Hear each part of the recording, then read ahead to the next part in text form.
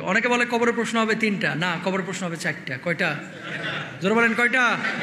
চারটা। মুখস্থ আছে তো, নাহলে কইরা নেন। কবর বড় ভয়াবহ জায়গা ভাই, কবর বড় ভয়াবহ জায়গা। কাউকে চিনবে না, প্রধানমন্ত্রীর ছেলে, হুজুরের ছেলে, খতিবের ছেলে, হাফিজের ছেলে চিনবে না। কবর দেখবে আমল আছে কিনা। সুবহানাল্লাহ বলেন। সুতরাং আমল নিয়ে কবরে যাইতে হবে ভাই, কাউকে চিনবে না। আহা, কবরের জিন্দেগি যখন রাখা হবে, আপনাকে রাখা যখন হবে, আমরা বলি না যে তিনটা প্রশ্ন কবরের মধ্যে করা হবে, এরকম বলি না? কবরের মধ্যে যে তিনটা প্রশ্ন করা হবে, তিনটা প্রশ্ন করা হবে।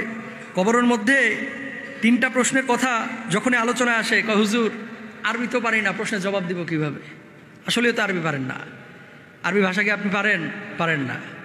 সবাই কিঞ্চিত কেউ কেউ পারেন বা মুখস্থ করেছেন, তাহলে জবাব দিবেন কিভাবে? শোনেন, এই আরবি জবাব দেওয়ার জন্য আরবি ভাষা শেখাটা জরুরি না আপনার জন্য, কিন্তু নামাজ পড়ার জন্য, দিন বোঝার জন্য আরবি শেখাটা, যেহেতু কোরআনের ভাষা আরবি, আল্লাহর ভাষা আরবি, সেহেতু আরবি জানাটা জরুরি, ঠিক কিনা? কবরের প্রশ্নের উত্তর অটোমেটিক চলে আসবে। অনেকে বলে কবরের প্রশ্ন হবে তিনটা, না কবরের প্রশ্ন হবে চারটা। কয়টা?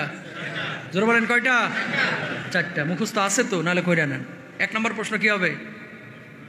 কি? মার রব্বুকা, তাই না? মার রব্বুকা, মান মানে কে? মান মানে কে? রব্বু মানে রব, কা মানে তোমার, মানে কে তোমার রব। ভাঙে ভাঙে অর্থ করলে মার রব্বুকা আমরা এক কথায় বলে ফেলি, তোমার রবকে, ঠিক কিনা? তো আমাদের রবকে, আমাদের রব রব্বি আল্লাহ, তাই না? তো আমার রব হচ্ছে আল্লাহ, রব্বুন আল্লাহ। আমাদের রব হচ্ছে কে? আল্লাহ। 2 নম্বর প্রশ্ন কি হবে? মা দিনুকা, দিন কি? জোরে বলেন। ইসলাম। ওমান নাবিয়ুকা, নবীকে মোহাম্মদ রাসূলুল্লাহ সাল্লাল্লাহু আলাইহি ওয়াসাল্লাম অথবা আল্লাহর নবী সাল্লাল্লাহু আলাইহি ওয়াসাল্লামকে সামনে পেশ করা হবে। মান হাদার রাজুল, এই ব্যক্তি কে? যখন আপনি বলবেন ইনি হচ্ছেন সর্বশেষ নবী মুহাম্মদুর রাসূলুল্লাহ সাল্লাল্লাহু আলাইহি ওয়াসাল্লাম।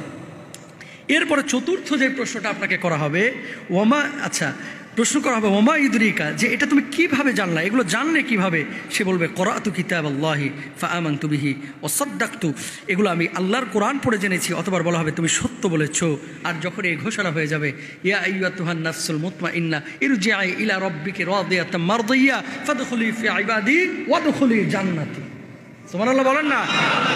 কোথায় চলে যাও?